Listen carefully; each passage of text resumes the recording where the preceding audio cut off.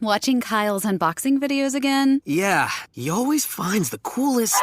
No way! A robot dog? Gotta ask where he got it. Or use your Samsung Galaxy S24 Ultra. Just draw a circle around the dog on your screen, and it shows you where to buy it right in the app. Whoa, I just learned a new trick. And that for once, I beat Kyle to the next big thing. Circle it, find it with the new Galaxy S24 Ultra and circle the search with Google. Get yours now at Samsung.com. Internet connection required. Results may vary based on visuals.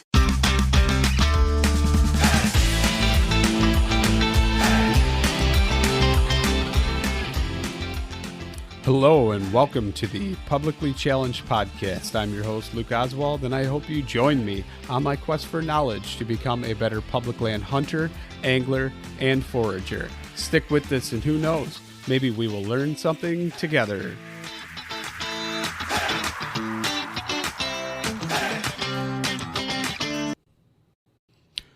All right, real quick before we get started on the show, I'm just going to talk about Treeline Academy. You've heard me say it. I can't even tell you how many times. Mark Livesay is treelineacademy.net. That's treelineacademy.net. Sign up. Use the promo code PC2020. Save yourself $20. Can't say it enough. It's awesome. Amazing. Most comprehensive e-scouting course out there. Check it out for yourself. Sign up. Use promo code PC2020. And now let's get to the show. All right, so I'm sitting here and I am talking to Michael Judd. And for those of you that have not listened to the first episode that I did with Michael Judd, it sparked a fire and piqued an interest. And we had a little bit that we wanted to talk about agroforestry. And we got so sidetracked because I had so many other curiosities that we never truly got into it. And pretty neat, some of the stuff that you can do. So I had Michael come back on. And Michael, you want to go ahead and introduce yourself? Sure. Michael Judd here. I practice agroforestry, permaculture design. I live in the Blue Ridge Mountains of Maryland.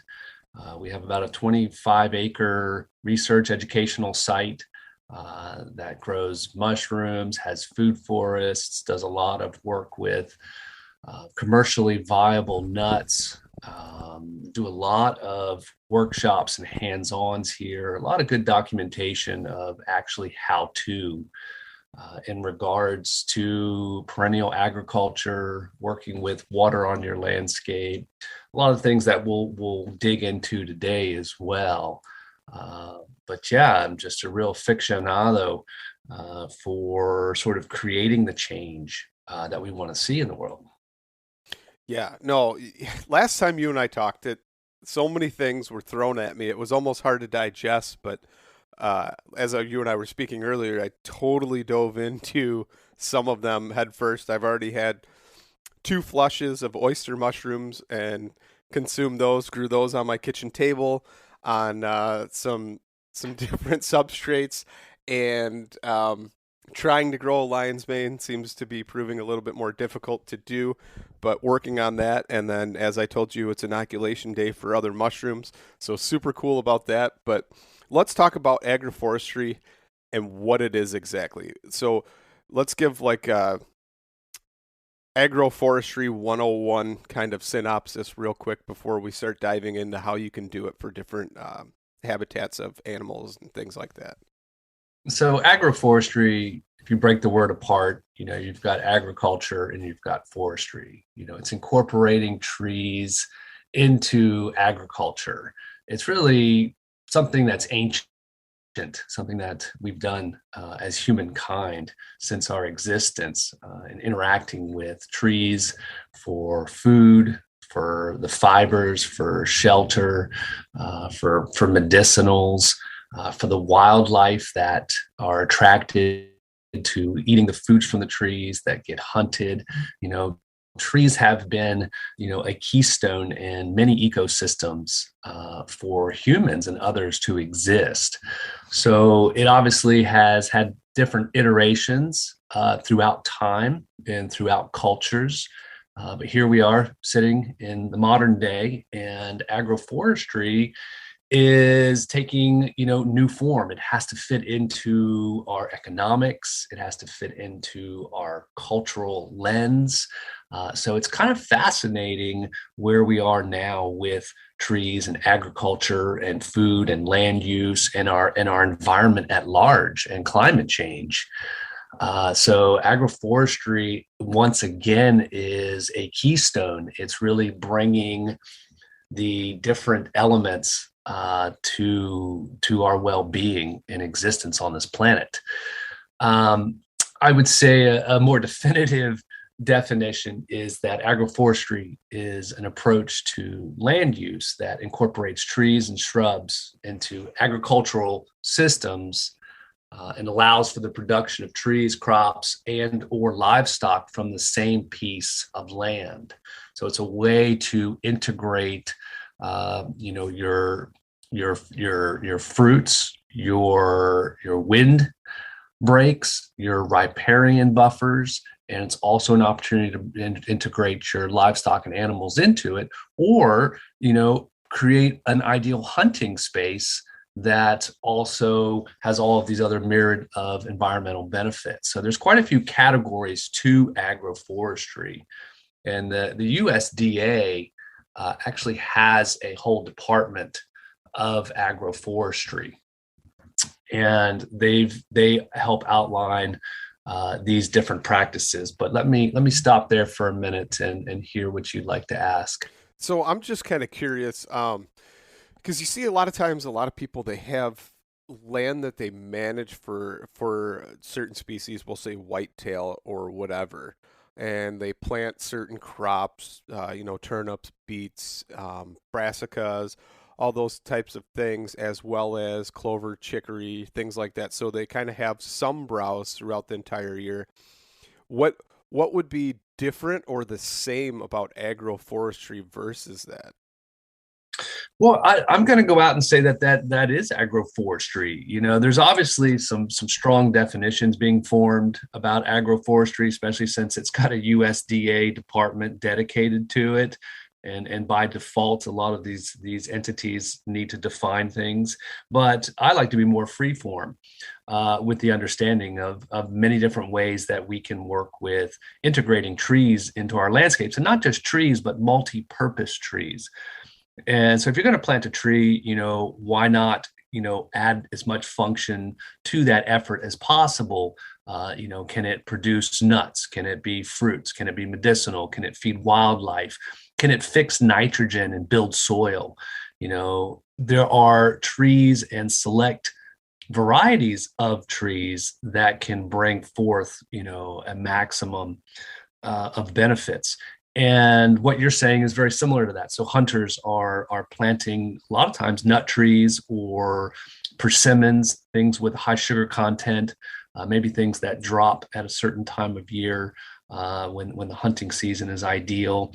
And this is great. That's great design. It's bringing in the benefits that you get from having those trees, which will be to stabilize the soil. It helps prevent the erosion.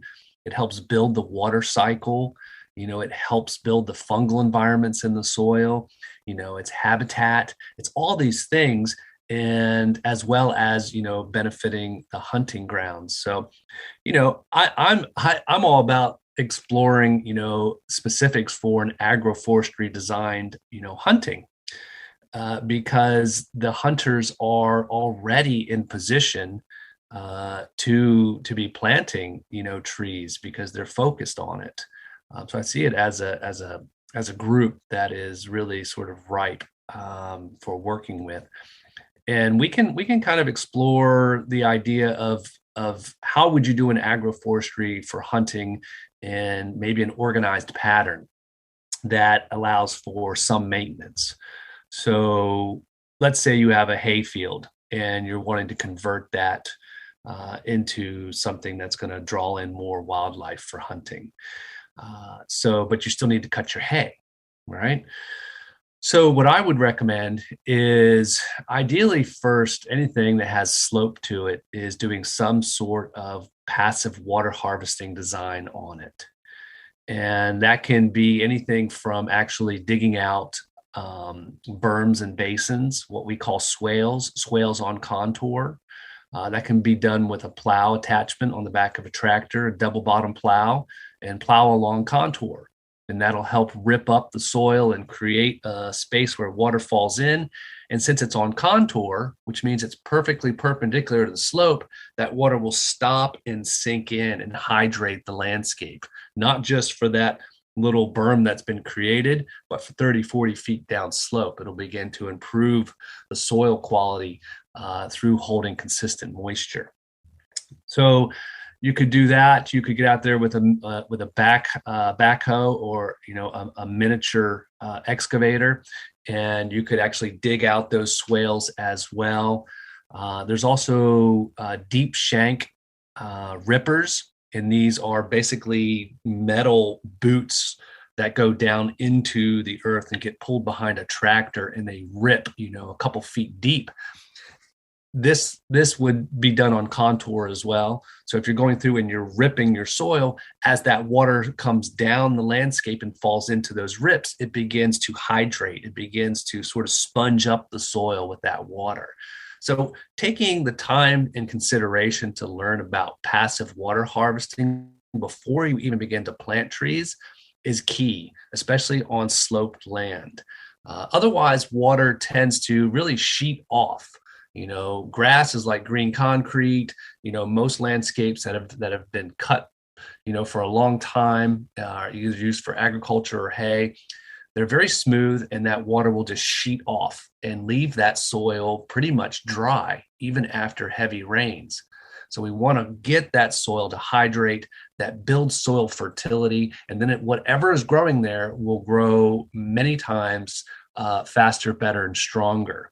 And even if that's just your hay crop, it's going to do good. Even if it's just your pasture, it's going to grow better. But then incorporating tree crops into that then sets the stage for that long-term water holding and soil building. So my first recommendation would be look into passive water harvesting. And then you could go along and pattern your planting so that you could maintain, say, mowing your hay.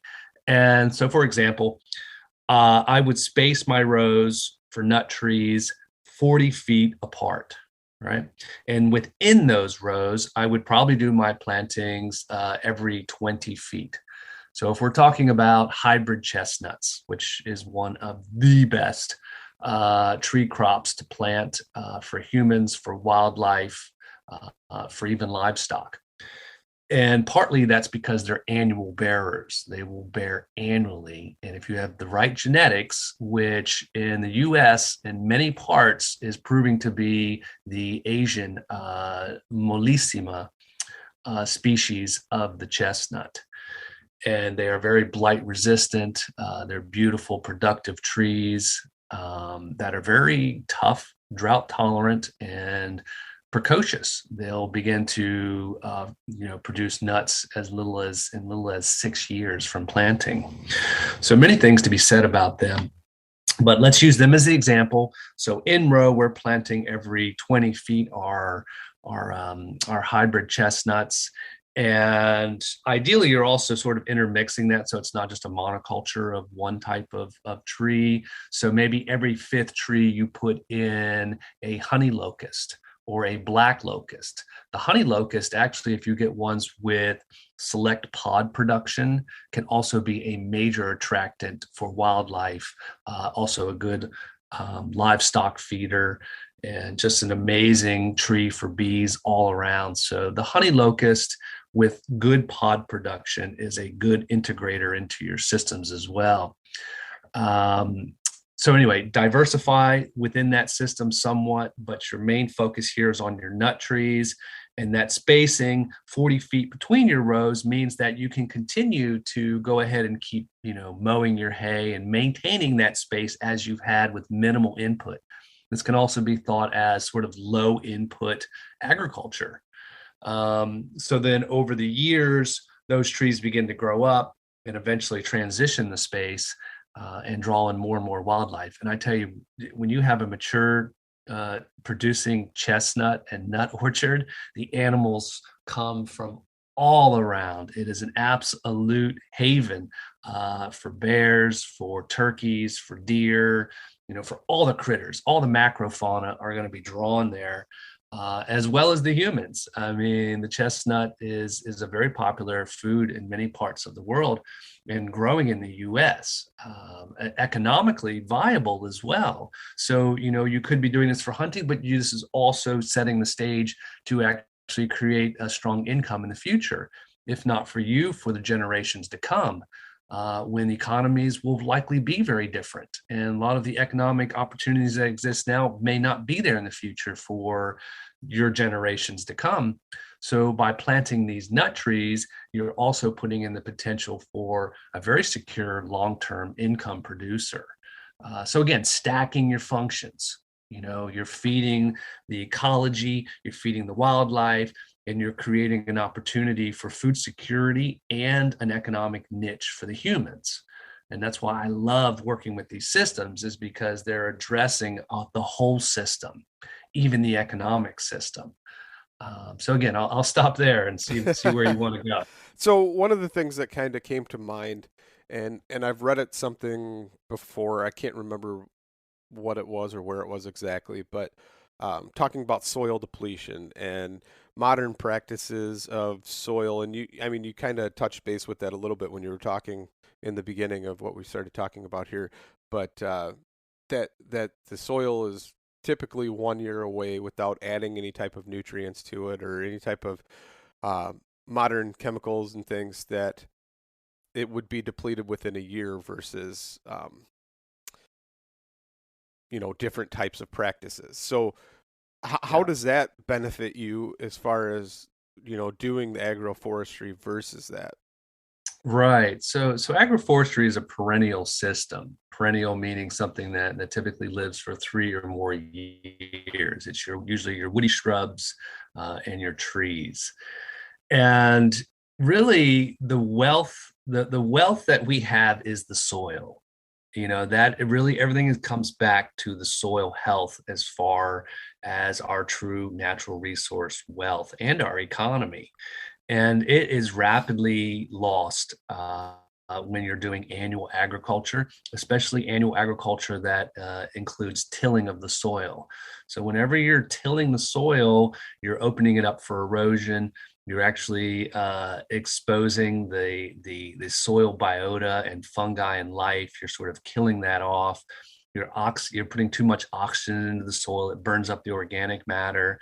So really one of the most damaging practices that we have, both short and long term, is our annual use and our annual cropping of land. Now, no-till agriculture has been growing, and it's a step in the right direction. It's an improvement by not getting in there and turning the soil over. More direct seeding. There's now a lot of machinery that goes in and just kind of direct seeds into the rubble of the previous crop. But still, we're talking about an intensive use of the soil that typically depletes it. Now, the catch-22 here is that our diet is basically now rigged on annuals. There's kind of been this loop that's been intentionally created, where our diet is stimulated by the agriculture and the land use and the money that's made from that, to where now, if you look at our diet, it's really all annuals, very few perennials in our diet. Whereas I think our species definitely developed with more perennial foods, which also typically have a lot more nutrient density to them and a lot of other sort of medicinal values, bitters and other elements that are healthy for our microbiome and our immune systems. So there's a lot of call and a lot of reason to be coming back to working with perennials and agroforestry systems, both from a land use health and our body health, which are totally interlinked. And I think the more that we can produce, especially culinary, very tasty foods from our agroforestry systems, then we'll start to see them more on our plates. And the more they're on our plates, the more they're going to be on our landscape, because what's on our plates is what is on our landscapes. And we're spending money on our foods. So, there's ways to loop all this in. But coming back to your point is that it really also preserves the soil. And the soil is key, and it takes quite a long time to build soil. Now there are regenerative practices, like I mentioned earlier already, with the passive water harvesting that will help regenerate soil very quickly. There's actually ways to work with livestock that can regenerate soil quickly by pulsing, by moving your animals, in short periods on a piece of land can pulse it and actually really rejuvenate. So there's some there's some, I wouldn't say, well, there's some misconception in the sense that some people think that having or eating animals is an environmental devastation. Now that depends on how those animals are being worked with. So in a conventional sense, absolutely. You've got feedlots that are growing GMO soy and corn to feed those animals is not benefiting either the human or the environment. But when you work with these pulsing ways of using animals on the landscape, it's actually been proven to be one of the most regenerative ways, one of the quickest ways to rebuild soil fertility is to use animals. So I won't go into that too much, but just know that it's not as black and white as not eating animals is gonna help, change our environmental conditions. How we work with animals is important. How we work with the food we grow is important. So yeah, I'll stop there again. So, man, a lot of great information here. But so, would that be considered kind of tied to the Serengeti practice or method of farming, to where each animal kind of creates a symbiotic relationship with the land? Certain animals put certain nutrients back in, other animals take nutrients, other animals browse back certain things that other animals won't eat, and in turn creates a perfect balance, if you will. Is that kind of the concept behind that? Yes, there's a lot behind that. All of those things, and I think even more particular when we get to how do we work with this in our agriculture, our modern day agriculture. There was a biologist, an ecologist called Alan Savory. He's still around. He's actually, I think, like 86 years old now, but spent a lot of his lifetime living in Zimbabwe and in Africa and studying the natural patterns of wildlife animals and how they would group together. Let's say you've got these wild herds grouping together and grazing, and then all of a sudden a predator comes and boom. What do they do when it's time for them to run? They actually defecate. You lighten your load and you take off. And he was observing that actually this pattern of intensely and short-term grazing and leaving that fertility and then running off and not coming back to that space for quite some time allowed those areas to regenerate rapidly. So there was enough, hoof pressure to create divots to help hold water. There was the fertility that left behind, but then it was kind of pulsed and then they moved. And he's built, a whole organization around that called the Savory Institute. So I do highly recommend looking up the Savory Institute for learning certainly how we can work more with livestock on our landscapes to pulse it and to build soil fertility. And then of course there's the other guru down here in Virginia. Gosh, of course I'm gonna blank on his name right now. But I'll come up with here in a minute. And he's also, what's that? I know that the one of the leaders, I won't say pioneers, but leaders in the industry of doing that method of farming is something white oak pastures or something like that down in Georgia. The guy's name is Will Winans, something like that. And he has an entire sustainable practice that, gosh, it's the first large scale production USDA certified processing facility, but on site. So they don't transport the animals anywhere. They live their entire life on that piece of property, and they use every part from every animal to somehow benefit every other animal. So even some of the meat scraps or different things they take and they let certain flies lay their eggs and larvae on those pieces, and then they feed those to the chickens, in turn producing better eggs. And just, it's a huge cycle, and they graze geese and ducks and everything in their pastures along with their goats and cattle. It's pretty interesting. There's a bunch of videos on YouTube too that you can look up and see that entire operation. It's pretty cool. Yeah, that's great. And more of these innovative, sort of more whole system, farming and food growing examples are coming up, and they're becoming commercially viable. So they're actually really making money, which I think is a key aspect of this.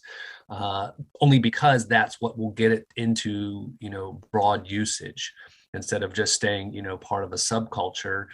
Again, the economics drive the landscape use. And I've realized this. I lived 20 years in rural Latin America. I lived where there were no stores, and what you grew is what you ate.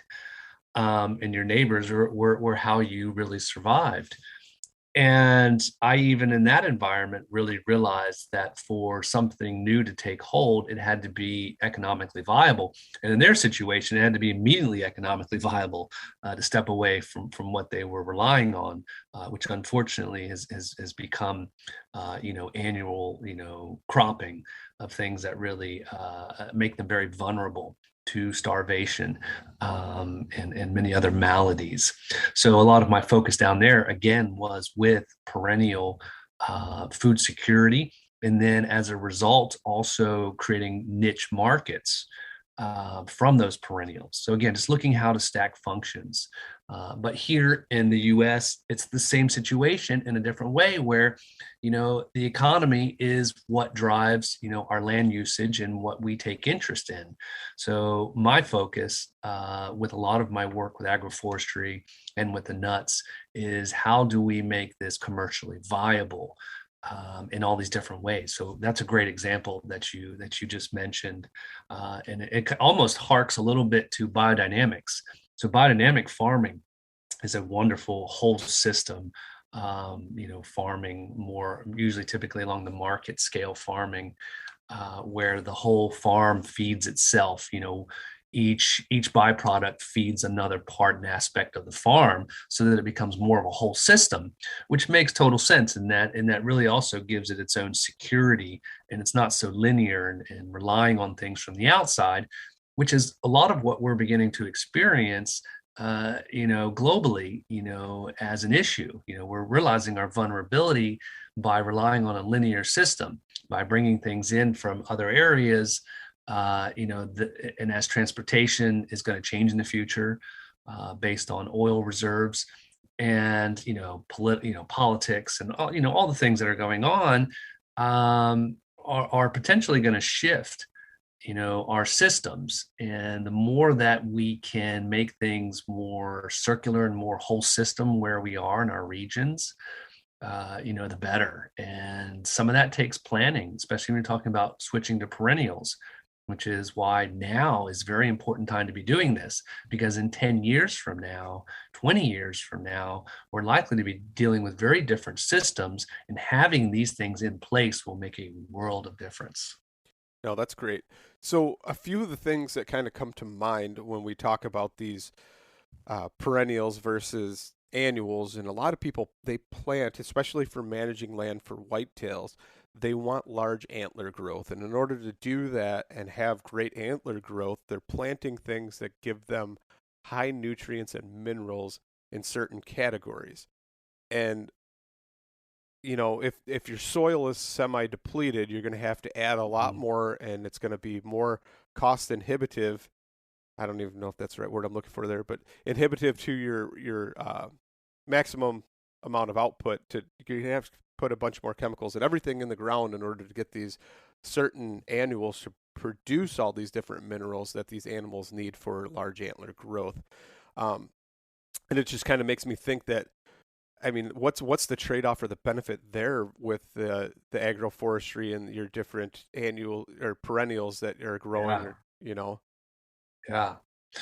Great question, because, also is the same for humans. What's the nutrient value in the food that we're eating? We don't have antlers, but, you know, we need nutrient dense food to really thrive and to be healthy. And that's something that's really largely missing from the foods that we're eating today. Sometimes even the organic foods does not mean that you're having a higher nutrient density. Really, that comes from your soil. And largely, you're right, the mineral content in your soil is a key aspect to what is, harvested from it. So you're talking about deers, but, we can say the exact same thing for humans here. And the mineral, so with perennials in your tree crops, you've got deep roots. These roots are typically reaching down into subsoils where there's, minerals in storage and other elements that are usually sort of lost and not present in the topsoil.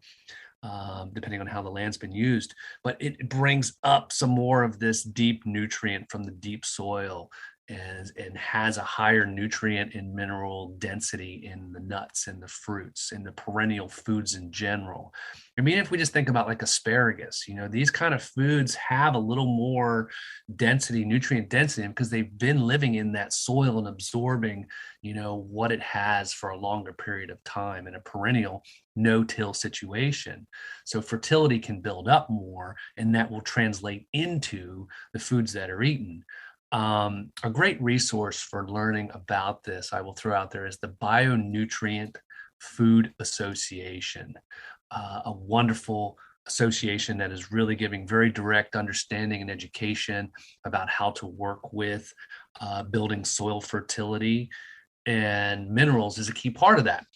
And a lot of times, like where we're at, there's quarries nearby that are, that have these big piles of stone dust that are a byproduct of their quarry work.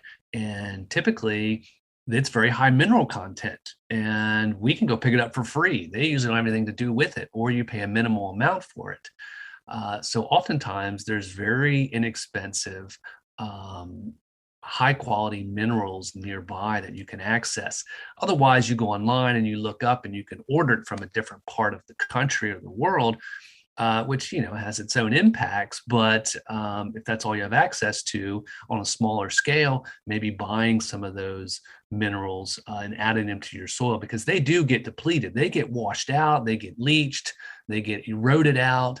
And the minerals are, one of the more challenging aspects to sort of reintroduce into rebuilding your soil, because they come basically from weathered, rock over eons. So that might be one thing. There's very few things that I would usually say, really bring in and add things to your system. But, sort of a one-time recharge with minerals after you've assured that you're really not going to be losing them to more erosion is a good investment. Now I use a lot of wood chips. I use a lot of hugelkultur, a lot of just, woody mass where possible, straw, hay, if that's available. I layer organic matter as much as possible. Use cover crops, do all of these aspects to really build up that soil organic matter and fertility. And then, your soil will produce, if you're giving it the right conditions, it will be producing most of what your plants need and most of what we need, or the deer or any of the animals eating from those soils need. So I'm kind of curious. We've covered the nut trees and planting in between, but we haven't really covered what kind of things could go in that landscape. What would be some of the things besides like your shrubs or bushes or things like that? Yes. Okay, great question, because of the handful of noted practices of agroforestry, I would say the one that's getting the most attention is silvopasture. So silva is Latin for trees, for forest. So silvopasture is the deliberate integration of trees and grazing livestock, whether that's cattle or sheep. It could even be turkeys and other types of livestock that you're raising. And this actually has ancient roots. A very famous example is in Spain, the Deza oak savanna system there is where the famed Iberico ham comes from. So they're basically acorns planted in sort of a low density so that you have a mixture of pasture and trees. And they'll also run the different livestock and the pigs through and finish those meats on the acorns, or sometimes they'll store the acorns and keep them fed, almost all year round on acorns. And it creates an amazing flavor profile and value to where, it's probably, in the hundreds of dollars to be purchasing, a pound or more of these, of the special Iberico ham. Because of its flavor profile, and that's also coming from these silvopasture systems. Now, silvopasture is by loose definition low density tree planting and pasture. I'd say approximately 20% of your pasture would be in trees. And this would allow for you to have your continued grazing, but then also offer the added benefits of the trees, both to the animals and to the sort of the entire ecosystem where they are. Obviously, shade makes a great improvement and reduction of stress for your animals. They've done a lot of studies especially with milk cows, where they've showed milk increased production just by having shade. Imagine that. It's amazing to me that you see these pastures and there's not a single tree or one sad tree. And if you have one tree in a pasture with a bunch of animals and they all start hanging out under it, that tree's probably going to die. So you really got to diversify. But there's a balance there to where you want to keep your pasture healthy, but you want to add in some additional fodders. Now, those trees could be things that drop nuts. They could be dropping fruits. Traditionally in the Southeast, a lot of farmers grew mulberries. They grew cornelian cherry, which is actually a fruiting dogwood. They grew the previously mentioned honey locust. And a lot of the other nut trees, on purpose for finishing and feeding their animals at different times of year. So they actually had a really good integrated mix of trees that worked with their livestock. And a lot of that's been captured in a fabulous book written over 100 years ago and still extremely relevant by J. Russell Smith. And the book is called Tree Crops, A Permanent Agriculture. Highly recommend reading this book. It's very enjoyable as well. He was a nurseryman and just an amazing observationalist and agriculturist who traveled the world as well and really observed what was working well in other systems, and came back here and worked with a lot of nurseries and with the U.S. government in developing a lot of these trees for national food security, for improved, farming practices. And reading the book is very easy, like I say, and it introduces you to these characters, to where you start to really take an interest in honey locust, because you say, wow, that's how you can use it. And look at all these great things it does. And interestingly enough, some of the genetics from his work are still kicking around. And we've been collecting the seeds in our region and growing them out. I just saw a friend of mine who's got a great site to check out called Crow and Berry. Austin Unruh is here in Pennsylvania, and he started a business around helping people establish agroforestry systems. And I just saw that he does have some trees on his site for sale, and he does have some of these improved honey locust. So they can produce pods that are like a foot long, 3 inches wide, and a half inch thick. And inside these pods is this honeycomb, this green yellow, very sugary sweet pulp that surrounds the seeds, very high in carbohydrates and nutrients. We're talking like 35% sugar. per content there.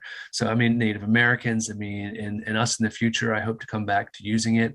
It's being also used to be ground up and fed to livestock over the winter. So a lot of these foods that are grown in the silvopastoral system can be harvested and stored. Chestnuts, they can be dried and stored as livestock feed as well. It doesn't have to be something that's directly eaten off the ground. In silvopastoral systems, sometimes it can be fodder. Those mulberries can also be pollarded, which means they're cut at about 5 or 6 feet above the browse height so they can reshoot. And as they reshoot, you can come and you can chop down some of those branches. And I tell you, mulberry leaves is one of the most favored fodders for most animals. Most ruminants will just absolutely love eating up that mulberry. And then so you can combine that mulberry as a chop and drop fodder, and then it'll also drop berries. And as you're pollarding it, you're not allowing it to become such a huge tree so that you're not losing shade and pasture. So there's different levels that you can integrate or work with in silvopasture systems, from more intense usage, like you're getting in there and you're pollarding and you're feeding your animals, or you can just say, I'm just going to let them be, and there are going to be oaks out there and it'll provide some benefits. So there's different intensities that you can work with. But these systems are really also getting a lot of highlight and attention because they're showing themselves to be one of the best systems for carbon sequestration. Obviously, this is becoming more and more important on the planet. And there's a lot of research going into what practices are actually really doing something for it. And Project Drawdown is a great research project that reviewed like 100 different land practices, just practices across the planet for their ability to absorb carbon. And silvopasture systems are like number 9 on the list, so very high in their effectiveness. So here we are again combining functions. How can we integrate trees that benefit the animals, that benefit the hydraulic cycles, that benefit the entire planet in carbon sequestration? So really highly recommend and encourage people who are interested in working with animals, already have animals, to look into silvopasture systems information. There's a ton of information out there about silvopasture in particular. Any questions on that one? That's a lot, a lot covered. But so, I mean, basically try and find different things that will thrive in your growing zone that will also benefit the animals at every time of the year, right? I mean, that's kind of the concept behind, well, not necessarily every time of the year, because that can be quite a challenge, especially here in our north. But like I say, yeah, you could harvest and store a lot of these tree products for your livestock in the long run. So silvopasture is one of the recognized practices of agroforestry. Alley cropping is another one. And alley cropping, we worked with quite a bit in Latin America. It's in wide usage in many parts of the world, in Africa. And I hope, in our parts of the world, it will become more and more of a common practice because it's very economically viable. And it really stacks the functions of continuing to work with annuals, because to be realistic, we're not just going to switch our diets. I've noticed that living in other cultures, that one of the hardest things to change is people's culinary habits. So I'm very realistic to that. So when you're looking at sort of maybe transitioning, or let's say diversifying and adding tree crops and perennials to your existing farming system, which is largely based on annuals, which has, somewhat of a dependable short-term income built into it, albeit vulnerable in my opinion, compared to perennials. Another benefit to perennials is their resilience to changing climate, inclement weather patterns, whereas you can lose your annual crops and the revenue from them very quickly in floods, storms, hail. And your tree crops are much more likely to withstand those occurrences and then still be productive, and thus more stable as far as your economy goes as well. But to create a hybrid system, let's go back to that model of 40-foot spacing between your nut tree rows. Or it could be persimmons and other things, depending on what your focus for those tree crops is. It could be woody perennials, in those lines that you harvest and sell to the floral industry. So whatever it is, you've got your 40-foot spacing of your perennials. In between, especially in your early years, you've got this huge wide alley, that is either pasture, or if you're transitioning, say, a cornfield into this system, then you've got, an open area to continue growing in. You could continue growing your corn in it. Though I think there's much more creative, ways. And certainly economically, you could diversify that space. And let's say in the short term, you could grow asparagus in it. You could grow elderberries in it, which are also proving to be a good economic return within a couple of years of planting. They're very fast producers of a very valuable medicinal berry. So a lot of people are experiencing good success with growing and processing elderberries. You could do that in between these rows.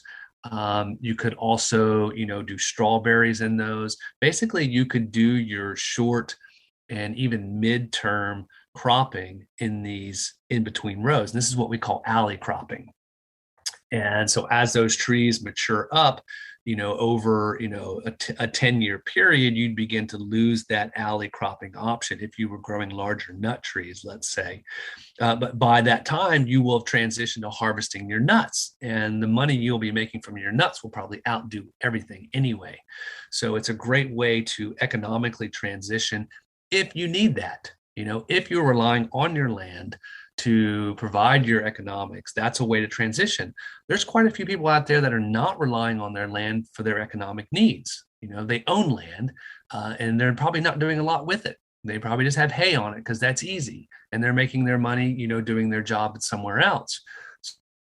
So, you could go ahead and just, continue cutting your hay, do your 40-foot, spaced rows, and just plant your trees in that. Really, it's you make it work for your landscape, for your economy, and for your needs and for your availability. Do you want low input, low maintenance, or do you need or want high input and high maintenance?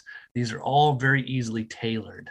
And I've started to put some of this on my website, Ecologia Design. I've started some posts about different levels of agroforestry. So don't feel like it has to be complicated. In some ways, this is one of the most low input agricultural systems on the planet. And a little bit of time and patience will bring along a lot of benefits. Yeah, no, I mean, especially in today's day and age too, time seems to be vanishing at a more rapid rate than ever before.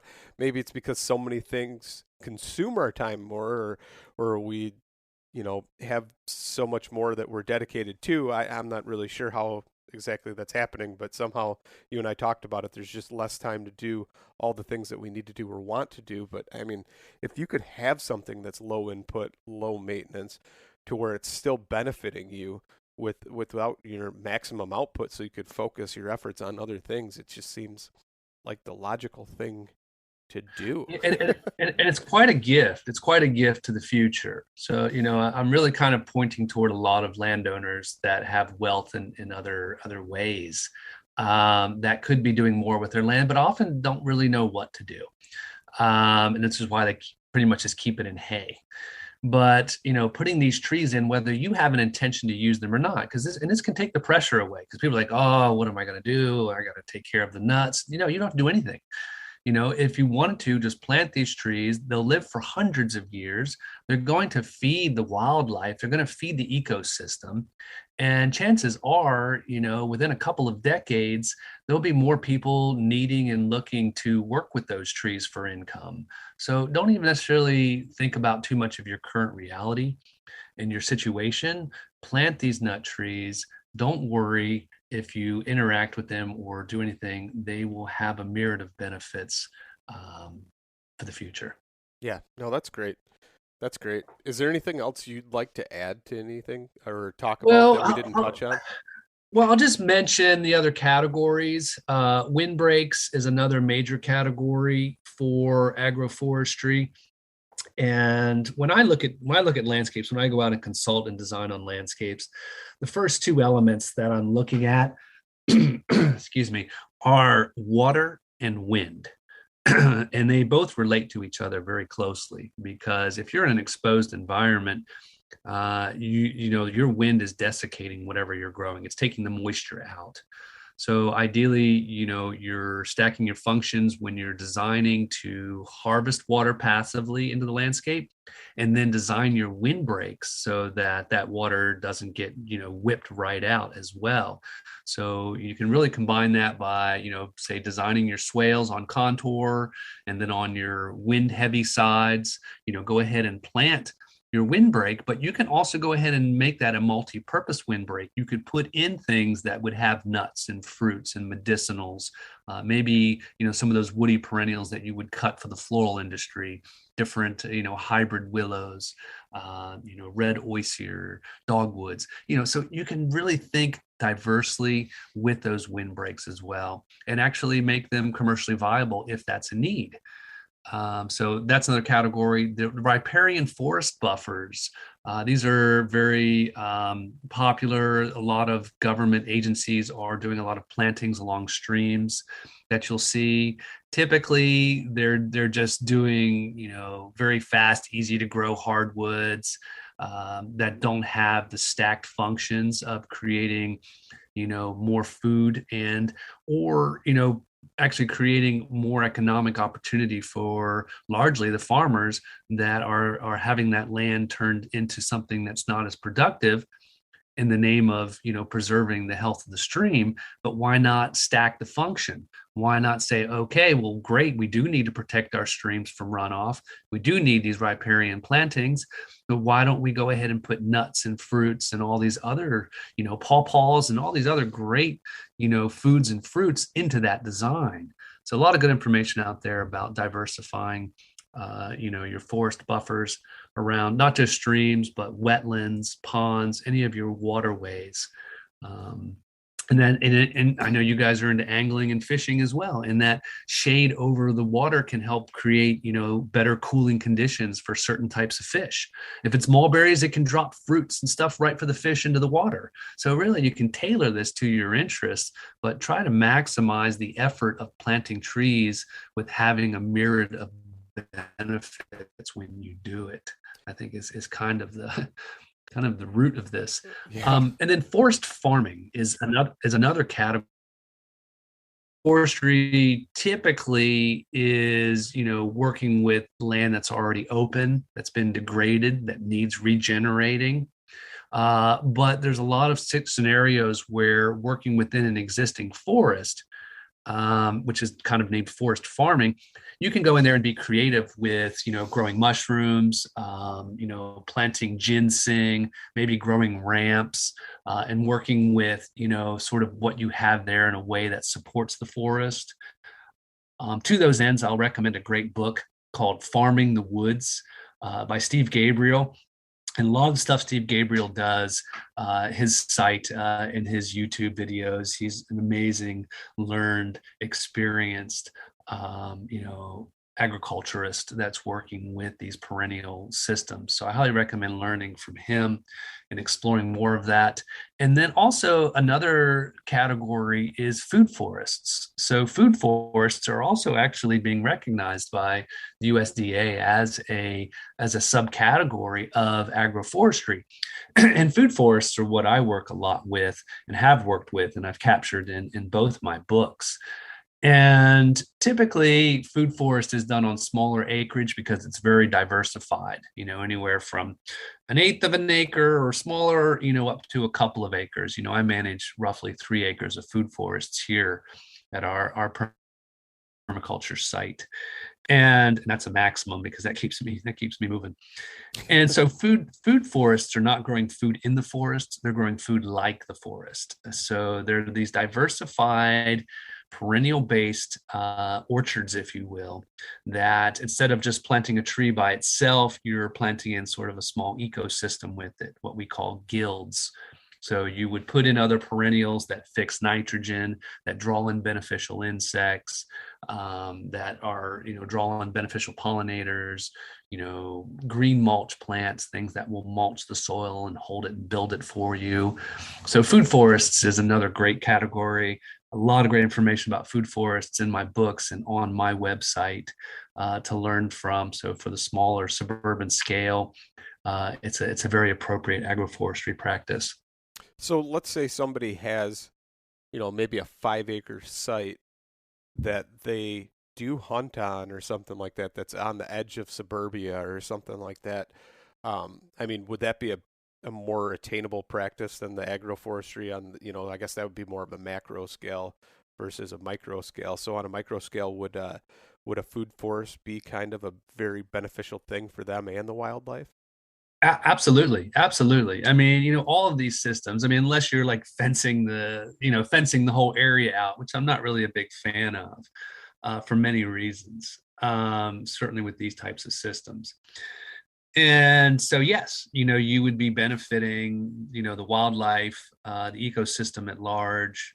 You could tailor it. If you don't want to get overwhelmed, you don't have to go large scale. Just stick in some nuts, stick in 4 or 5 chestnut trees, stick in 4 or 5 northern pecans, stick in 4 or 5 select mulberries, stick in those honey locusts, stick in the persimmons.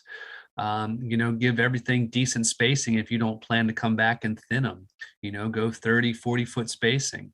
And think about how you might still manage that area if you mow it. It doesn't have to be that complicated. It can really fit what you have the capacity to do, what you will actually do. And if that means, hey, just go out and plant 5 trees, then just go plant 5 trees. Don't worry about all the intricacies of what agroforestry is. Get their tree crops, get them out there, get these, ideally find good genetics. So the one thing I will encourage is to spend a little bit of time and maybe a few more dollars on getting the trees that have been selected by people who really are paying attention to the productivity and the quality of the fruits and the nuts that are, or the pods that are being produced, versus what a state nursery or a nonprofit that's giving away trees might do. So being a little bit of effort can make a huge difference in what's grown there and what's produced there. And you're also inoculating your area when you plant something. So let's say you have a select black walnut. So a select black walnut has a thinner shell. It opens up and it cracks out large halves, versus an unselected wild black walnut would probably be smaller. It would have a thick, hard shell, and inside it would have many small compartments, and the nuts would be hard to release, right? So let's say you're planting a select black walnut in that area. It's going to produce nuts over hundreds of years, and the squirrels are going to take those nuts and they're going to start spreading them around. And then you're going to have improved genetics for black walnuts in your region because you planted that tree. You inoculated your zone with those genetics.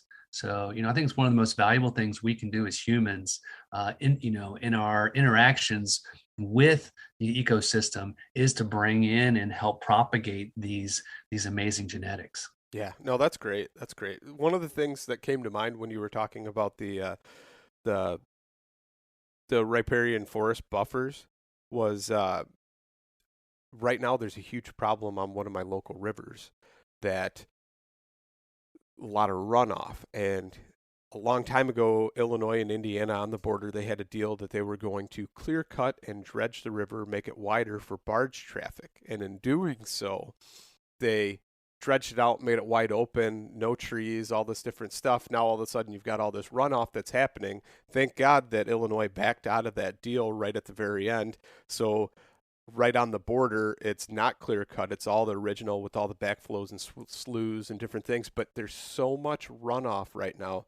It's creating such a problem that their Corps of Engineers and everybody else for like the past 10, 15 years has been getting together trying to figure out a way to, one, stop it and prevent it, but also how to remove it because there's so much runoff that it's actually filling, causing more flooding because it's shallowing the river and it's turning it into a big, big problem.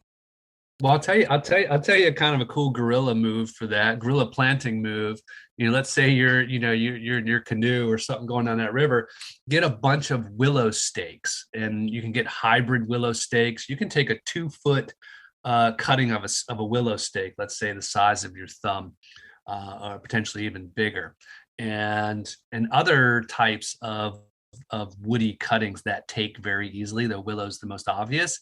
And as you go down that stream, take a mallet and just slam those cuttings into the bank, right? And they'll root. And then over time, that'll begin to actually hold that soil and begin to shade the river.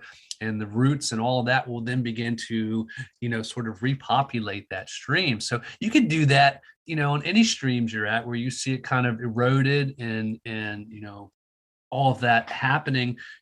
Have a bundle of these cuttings and go and just stick them in there. Do it yourself, because you can't really wait necessarily for someone else to do it. And if you're out there already, it's a great way to do it. A good resource for a lot of cuttings is Ernst Seeds, ERNST. They're up here in Pennsylvania, but they have a section where they just sell all these different cuttings that will root by sticking them in. And then also, I'm a big willow fan, and Vermont Willow has a great collection of many types of hybrid willows that have many benefits. Many of them are great pollinators and great bee providers, fodder for the bees, and many other uses. The willow is really a dynamic species to work with on many levels, but it will just root. You just stick it in the ground as a cutting at the right time, and you'll get a bush or a tree from it. So yeah, don't be afraid to get out there and stick some willows in the bank. Yeah.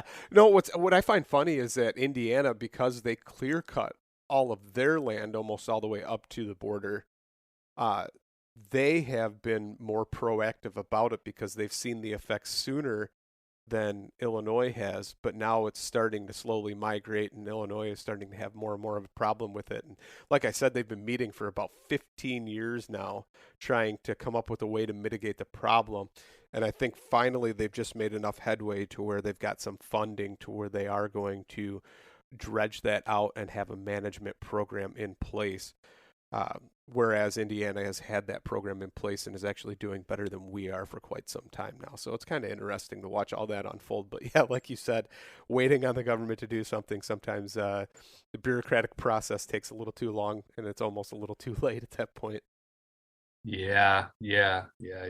All right. Well, hopefully you got a good scope there. And there's lots of great information out there for exploring more in agroforestry. And obviously I'm a big fan. It's where my work and my life is going. So if you're interested in learning more, stay tuned to my site. Absolutely. Michael, thank you for coming on. Thank you for sharing once again, wealth of knowledge and a lot to consume and comprehend right there. So it's definitely gonna be cool to try and digest all of this and see where it takes me. Last time you and I talked, my head was reeling with different ideas, and I've already put some of those into action. So it's pretty cool to once again have you on. So before we go, can you tell everybody where to find you, your information, your sites, and I will put links in the episode show notes, so it'll be there for everybody to click on and go to as well. Yeah, the main landing page for me is Ecologia Design, and from there you would be able to see where else I'm interacting on social medias, which I'm getting ready to take a pretty good break from. We'll see how much I come back to it, but the Ecologia site and my books are great resources, and I have lots of links, and my site's very educational and a lot of how-to on my site. So you could really surf around there. We do a lot of good workshops, hands-on tours here at our site. I have a small nursery that I open up limited time in the spring, and connections with other nurseries that provide a lot of the good genetics. I also list there. So yeah, just find me there, and thank you for hosting. And I guess a leaving thought, as we look at the world and sometimes feel overwhelmed, is that when in doubt, plant nut trees. Wonderful. Thank you, Michael. Thank you for coming on.